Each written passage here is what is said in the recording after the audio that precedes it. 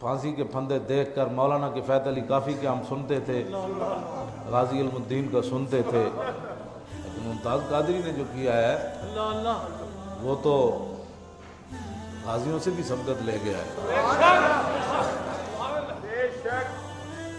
اس طرح جھوم کے کھڑے ہو کر، حالانکہ اور پھانسی کا یہ دستور ہے کہ جب بھی کوئی کسی کو لے جاتا ہے 2 پولیس والے دائیں 2 بائیں ہوتے ہیں، لیکن غازی صاحب 5 فٹ ان سے آگے جھوم کر چل رہے ہیں۔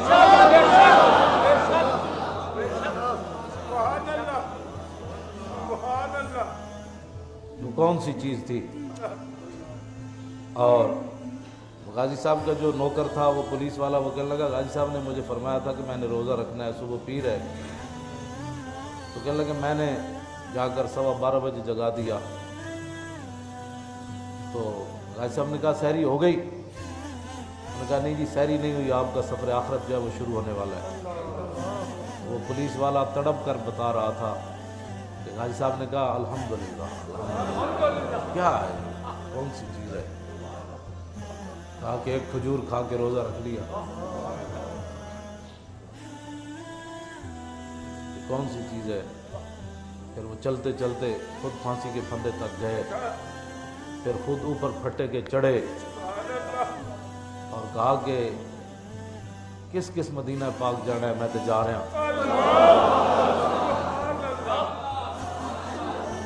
پاکستان اس لیے بنا تھا، لاکھوں مسلمانوں نے اس لیے قربانیاں دی تھیں کہ حضور کے عاشقوں کو پھٹے چڑھا دیا جائے گا، اور وہ بھی اس حال میں کہ رات سوئے ہوئے ان کے خاندان کو جگا کر کہا کہ جی غازی صاحب کی طبیعت خراب ہو گئی ہے، تو راستے میں کہا کہ نہیں آخری ملاقات کے لیے ہے۔ اتنا تم نے مطلب یہ تو دنیا میں کوئی دستور منشور ہمیں بھی بتاتے۔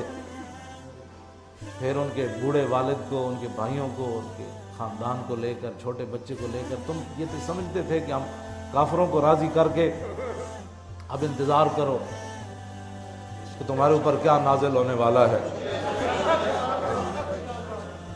یہ تو ہم نہیں کہہ سکتے کیا نازل ہونے والا ہے تمہارے اوپر، یہ تو رب۔ توجہ بھائی، توجہ بات سنو یار، بات سنو۔ تو غازی صاحب جب پھندے کے اوپر کھڑے ہوئے تو آپ نے 2.5 منٹ اوپر دیکھا، اور اوپر وہی کچھ دیکھا جو علم الدین نے دیکھا۔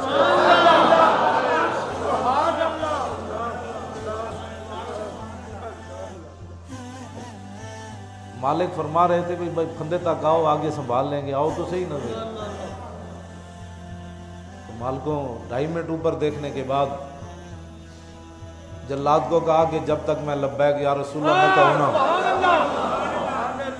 یہ ہے اصل امت کو نعرہ جو دے کر گئے کہ پھانسی کے پھندے کے اوپر بھی دودھ پینے والا بچہ چھوڑ کر بندہ جائے، اور اب وہ چلتا پھرتا ہو اور دیکھ کر آنسو بھی نہ آئے۔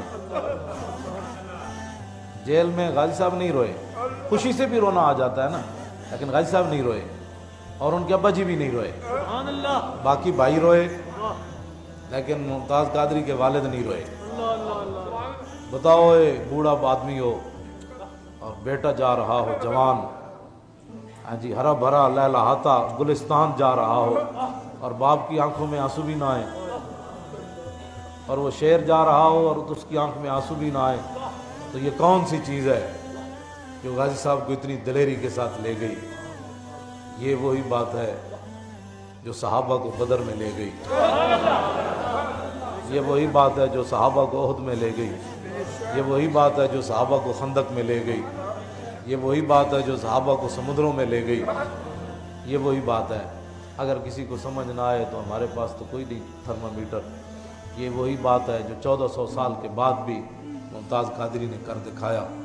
جب اس نے زور سے لبیک یا رسول اللہ کہا، پھانسی کے پھندے کے اوپر کہا، تو اس نے پھٹا کھینچ دیا، اور پھر انہوں نے کہا کہ یہ آج تک ایسے نہیں ہوا کہ جب من کا ٹوٹ جاتا ہے تو آنکھیں باہر نکل آتی ہیں، منہ کھل جاتا ہے، لیکن جب غازی صاحب کو پھندے سے اتارا گیا تو آنکھیں بھی بند تھیں اور منہ بھی بند تھا۔ وہ آنکھیں بند کرنے والے کون تھے؟